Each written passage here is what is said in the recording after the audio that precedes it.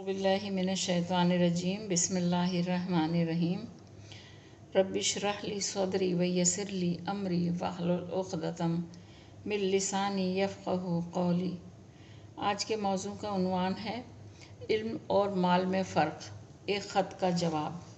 हज़रत अली रज़ियल्लाहु तआला अन्हु फरमाते हैं कि इल्म और माल में फ़र्क है। वो ये कि माल को जितना खर्च करो घटता है और इल्म को जितना खर्च करो इतना बढ़ता है। अगर इल्म कहीं घट जाया करता तो जो हाफिज़ कुरान शरीफ पढ़ाने बैठता तो जितनी आयतें बच्चों को सिखलाया करता खुद भूल जाया करता। इसका इल्म दूसरे के पास मुंतकिल हो जाया करता। हालांकि जितना पढ़ाता है इतना उस्ताद का हिफ्ज़ पुख्ता हो जाता है, इसका इल्म तरक्की कर जाता है। इल्म को जितना खर्च करो बढ़ता है और दौलत को जितना खर्च करो घट। दूसरा फ़र्क ये है कि माल की हिफाजत मालिक को करनी पड़ती है। 4 पैसे होंगे तो आपको फ़िक्र होगी कि कहीं चोर न ले जाए, ताला लगाऊं, तिजोरी में रखूं, घर की कोठरी में रखूं। सो रहे हो तो फ़िक्र है कि रात को कोई चोर ना आ जाए। तो आपको ख़ुद माल की हिफाजत करनी पड़ती है। और इल्म आलिम की हिफाजत करता है। आलिम को ज़रूरत नहीं, इल्म ख़ुद बताएगा कि ये ख़तरे का रास्ता है, ये नजात का। तो इल्म अपने आलिम की ख़ुद हिफाजत करता है, मगर माल अपने मालिक की हिफाजत नहीं करता, मालिक को हिफाजत करनी पड़ती है।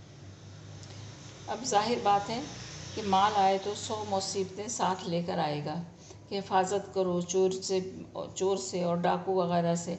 और इल्म आए तो एहसान जतलाता हुआ आएगा कि मैं तेरा मुहाफिज़ हूँ, मैं तेरी खिदमत करूँगा, मैं तुझे नजात का रास्ता बतलाऊँगा। लिहाजा अगर कोई इल्म सिखलाए तो वो सबसे बड़ा मोहसिन है कि उसने दुनिया और आखिरत का रास्ता खोल दिया। दौलत से रास्ते नहीं खुलते, इससे तो आदमी बहकता है। हाँ, अगर कोई इल्म के मुताबिक कमाए और इल्म के मुताबिक खर्च करे तो दौलत काम देगी। और अगर जाहिलाना तरीक़े से कमाए, हलाल और हराम का इम्तियाज़ ना करे और ख़र्च करने में हलाल और हराम का इम्तियाज़ ना हो तो दौलत मुसीबत बन जाती है।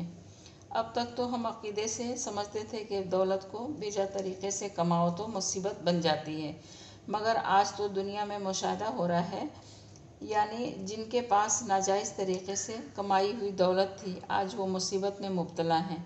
वो कहते हैं कि खुदा के लिए दौलत निकले, जान तो हमारी बच जाए। कोई पहाड़ों में छुपा रहा है, कोई समुंदर में डाल रहा है, मगर गवर्नमेंट है कि खोज कर इन चीज़ों को निकाल रही है, तो मालदारों पर एक अजीब मुसीबत गुज़र रही है।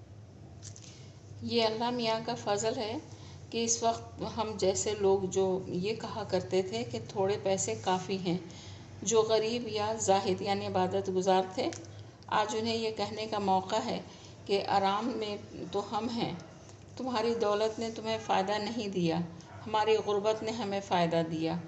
फ़कीर के घर गवर्नमेंट का कोई आदमी नहीं आएगा कि टैक्स अदा करो। वो कहेगा कि मेरे पास कुछ नहीं, मैं कहाँ से अदा करूँ। वो आराम से है और जिसके पास सब कुछ है वो मुसीबत में मुब्तला है। बहरहाल जो लोग आज कम यानी बक़द्रे ज़रूरत रखते हैं वो आराम में हैं, और जो ज़्यादा रखते हैं वो मुसीबत में मुब्तला हैं। मगर क्यों मुब्तला हैं? महज ज़्यादा रखने की वजह से नहीं।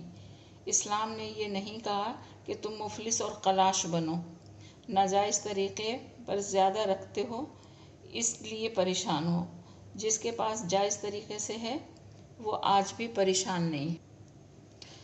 इससे मालूम हुआ कि जायज़ रास्ता पर चलना हमेशा राहत का बाइस बनता है, नाजायज़ रास्ते पर चलना हमेशा मुसीबत का मौजिब बनता है, खा वो क़ानूनन नाजायज़ हो या शरअन नाजायज़ हो। जब किसी नाजायज़ चीज़ का आदमी इर्तिकाब करेगा तो मुसीबत में मुब्तला होगा।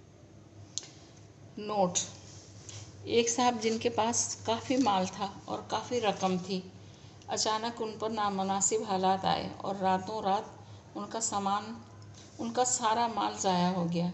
चूँकि वो आलिम भी थे और माल वाले भी थे, उन्होंने ख़त लिखा। उसके जवाब में मुंदरजा बाला मज़मून लिखा है। अल्लाह ताला नामुनासिब हालात से सबकी हिफाजत फरमाए, आमीन। ये मज़मून यहीं पर ख़त्म होता है। सब्सक्राइब और लाइक करना ना भूलिएगा। تاکہ دینی معلومات ویڈیو آپ تک پہنچتی رہے۔ السلام علیکم رحمۃ اللہ وبرکاتہ۔